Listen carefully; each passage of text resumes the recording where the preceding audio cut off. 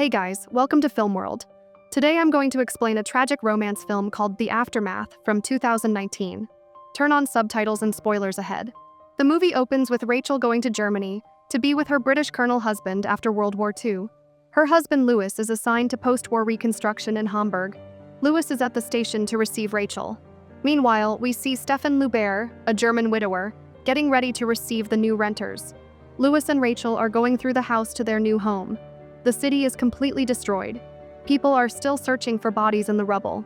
Seeing this puts a lot of stress on Rachel. Rachel is a bit skeptical about living with the German and his daughter, but Stefan tries to welcome her cordially and shows them around their room, which is quite well furnished. After the tour of the house, Louis and Rachel go to take a walk outside the garden. At night, Louis is happy to have his wife with him after such a long time. It reminds him of their time on their honeymoon. Rachel also feels nostalgic. She notices that Louis still carries the cigarette case that she gave him. There's a picture of her inside. She takes one of the cigars, and Louis lights it for her. In the morning, Rachel wakes up to find that Louis has already gone to work. We then see Louis meet up with another officer. A junior officer informs him that two of their officers are dead, having tried to deliver food to the camp. Plus, they've also caught some looters. The intelligence officer comes up to Louis and introduces himself. While they're talking, one of the looters tries to run away, and the intelligence officer shoots him dead. Louis runs to the young man to see whether he can save him, but before the man takes his last breath, he manages to say, "Hail Hitler," which confirms his identity as a Nazi. Meanwhile, Rachel is holding her son's worn-out sweater. She gets flashbacks of holding her son in her arms. After putting the sweater back, she goes to the living room and finds Frida, the owner's daughter, in one of the rooms reading. Frida completely ignores her and leaves. Lubert scolds Frida for coming downstairs. After that, Rachel goes to have her breakfast. The staff serves her coffee, but she prefers tea. Anyway, Louis comes back and sits to have breakfast. Rachel starts complaining about living here with other people, but they have no other option. Rachel wishes he would have at least told her.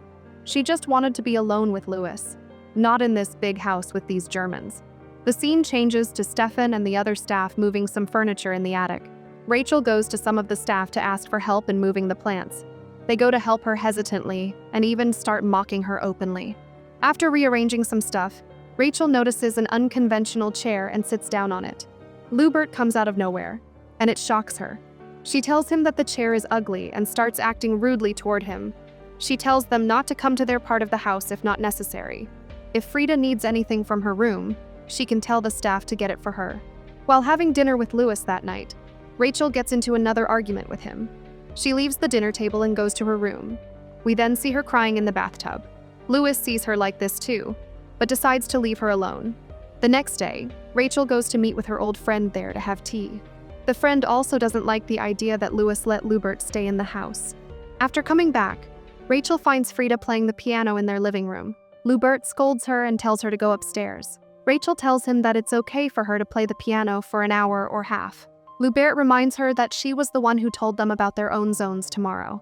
Anyway, Lubert gets up in the attic and scolds Frida again for going downstairs. He reminds her that it's not their house anymore. Frida gets angry and calls him a coward. While going to school, Frida gets off the bus and goes to work with the other townspeople. Meanwhile, Lubert is chopping wood outside the house, and Rachel is looking at him from the windows upstairs. Back to Frida. She is working with the other people removing the rubble and clearing up. A body gets found, and Frida tries to see it too, but a man pulls her away from there. Frida is now going back. She's trying to remove the dust from her skirt. The young man who was sitting next to her gives her a cigarette to calm her down, and she takes it. The scene cuts to Rachel sewing when Lubert comes down from the attic to get some firewood as it's cold upstairs. Rachel tells him that he doesn't have to get permission for everything. That night, the intelligence officer and his wife, Rachel's friend, come to have dinner with them. While having dinner, the intelligence officer tells them how they divide the Germans into different categories. Those who get the green card get to have their basic rights back. Rachel asks Louis whether Lubert has the green card. Louis tries to avoid it and tells her that Lubert doesn't have blood on his hands and that Louis trusts him. Rachel gets upset that Lubert still doesn't have the green card, but Louis allowed him to stay. Louis tells her to stop it, as they've already won the war. In the morning, Louis and Lubert both go outside. Louis notices the people holding their loved ones' pictures beside the road, hoping to get any kind of information. Lubert has gone to get his green card. Meanwhile, Frida comes downstairs and starts roaming around the house. She finds Louis's cigarette case and sees their family pictures. Back to Lubert, he's being questioned by the intelligence officers about his involvement with the Nazis.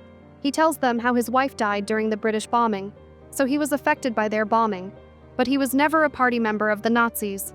The officers keep pushing him to change the narrative, but he's strong in his truth. The interrogation finally ends, and they tell him to wait until they get back to him. After coming back to the house, Lubert gets confronted by Rachel for putting a different painting in the missing spot. She asks him whether he used to hang Hitler's portrait there before. He gets angry and starts screaming at her. He tells her to throw them out if she hates them that much. At some point, Lubert kisses Rachel forcefully and tells her that this might be a reason for her to kick them out. Meanwhile, we see Frida going to a secret place with the young man. She gives him the cigarette case that she stole from Louis. The young man is a follower of the Nazis and even has the marking on his hand. He takes some dust off the ground and rubs it on Frida. Back to Rachel, she has gotten ready and is going downstairs. Louis comes back and he's surprised to see Rachel so happy and dressed up. Before the guests arrive, they start getting intimate. Louis tells her to go upstairs and wait for him. But before they can do anything, Louis has to leave as there's a protest happening at the headquarters. Louis tells the officers not to shoot at the crowd, so they are trying to tackle it without any violence.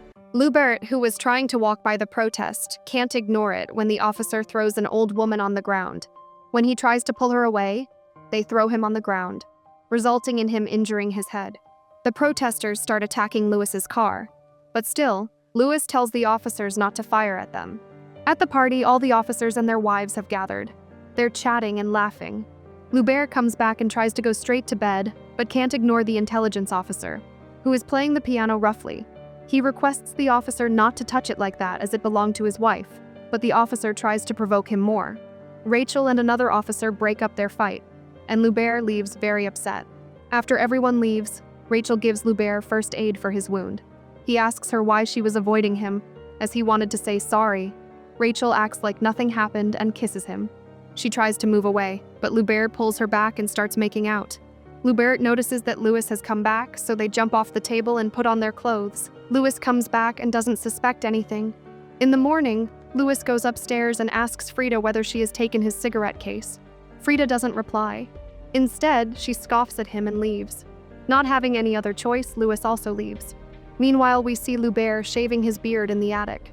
After shaving, he goes downstairs to chop wood. While putting the wood in the room, he brushes his hand on Rachel's shoulders. Louis gets to the office and learns that the Russian site has been bombed. That night during dinner, Louis tells Rachel that he has to leave for a few days. She can't accept it. She then asks him why, after their son's funeral, he got a 1-week leave but didn't take it.